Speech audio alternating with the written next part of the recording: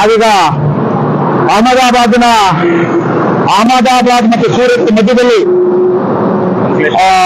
ಅಂಕಲೇಶ್ವರ್ ಅನ್ನುವಂತ ಪಟ್ಟಣ ಬಳಿ ಇದ್ದೀವಿ. ನಿಮಗೆ ಗೊತ್ತಿರೋ ಹಾಗೆ ಮಂಗಳೂರಿನ ಸ್ನೇಹಿತರಾಗಿರುವಂತಹ ಮೂಸಾ ಶರೀಫ್, ನೌಫುಲ್ಲು, ನವೀನ್ ಅವರು, ಬಾಲಕೃಷ್ಣ, ಹಂಸ, ಎಲ್ಲರೂ ನಮ್ಮ ಸೈನಿಕರು ಏನು ಸೇವಿಮೆಂಟ್ ಜರ್ನಿ ಟು ಏನದು journey to change the system, Beti Bachao ಅನ್ನುವಂತಹ ಒಂದು ಪಾದಯಾತ್ರೆಯನ್ನು ಮಂಗಳೂರಿನಿಂದ ದೆಹಲಿವರೆಗೆ ಮಾಡ್ತಾ ಇದ್ದಾರೆ. ಅದರ 55ನೇ ದಿನ.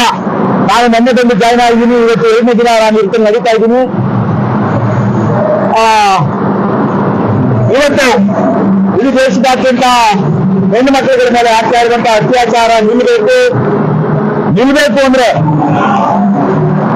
ಸಮಾಜವನ್ನ ನೋಡ್ಕೊಳ್ತಾ ಇರುವಂತಹ ಸರ್ಕಾರ, ಆಡಳಿತ ವ್ಯವಸ್ಥೆ ಅತ್ಯಾಚಾರಿಗಳಿಗೆ ಸರಿಯಾದ ರೀತಿಯಲ್ಲಿ ಶಿಕ್ಷೆ ವಿಧಿಸುವಂತ, ತನಿಖೆ ನಡೆಸುವಂತ,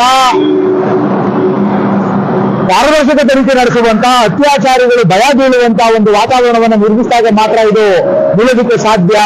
ಕೇವಲ ತನಿಖೆ ಹೆಸರಲ್ಲಿ ಕಣ್ಣೊರೆಸುವಂತಹ ತಂತ್ರಗಳಿಂದ, ಕ್ರಮಗಳಿಂದ ಇದು ನಿಲ್ಲೋದಿಲ್ಲ.